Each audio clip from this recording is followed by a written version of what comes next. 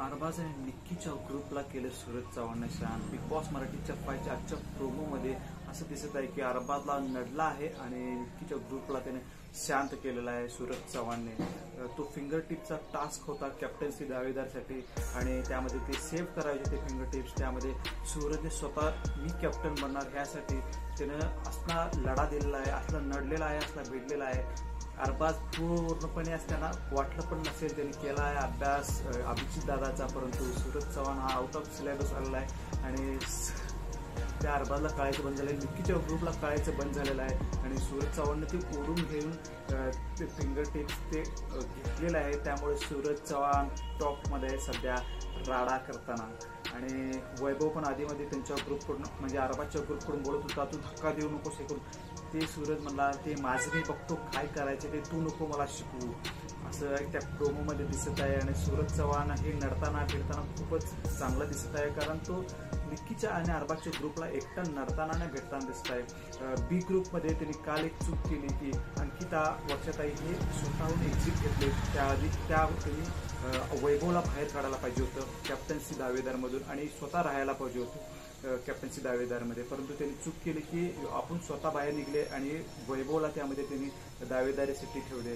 परंतु वैभवनं काय केलं, वैभवने बाहेर पडल्यानंतर अरबाज आणि निक्कीच्या ग्रुपला सपोर्ट केला. हे फार चुकीचं आहे आणि वैभवला एकदा कळायला पाहिजे की बाबा आपण ज्या टीमकडनं गेम खेळतो तो प्रामाणिकपणे खेळला पाहिजे, कारण असं नसते की ह्या ग्रुपमध्ये आहे म्हणून त्यांच्या विरुद्ध खेळणार, तो त्यांना चिटिंग करून जिंकून देणार. हे चुकीचं आहे वैभव आणि त्यामुळे तू चुकीचं दिसत आहेस आणि आज तुला सूरजने शांत केलेला आहे प्रोमोमध्ये दिसत आहे आणि पूर्ण महाराष्ट्राला पण हेच पाहिजे, तुमच्या ग्रुपला कोणतरी नडणारा भिडणारा आलाच पाहिजे आणि तो आहे सूरज चव्हाण. आणि एकटा नडताना आणि फिरताना दिसलाय.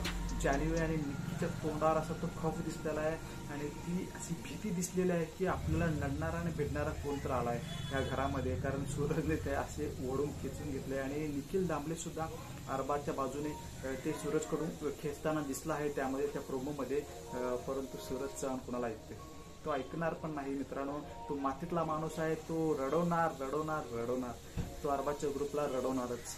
आणि वैभवने अरबाजला त्याने शांत केलंय. बघूया काय होते आजच्या एपिसोडमध्ये. आणि सूरज चव्हाण मित्रा, तुला सपोर्ट खूप आहे सगळ्यांच्याकडून, तू असाच खेळत राहा, आमच्याकडून पण तुला फुल सपोर्ट आहे.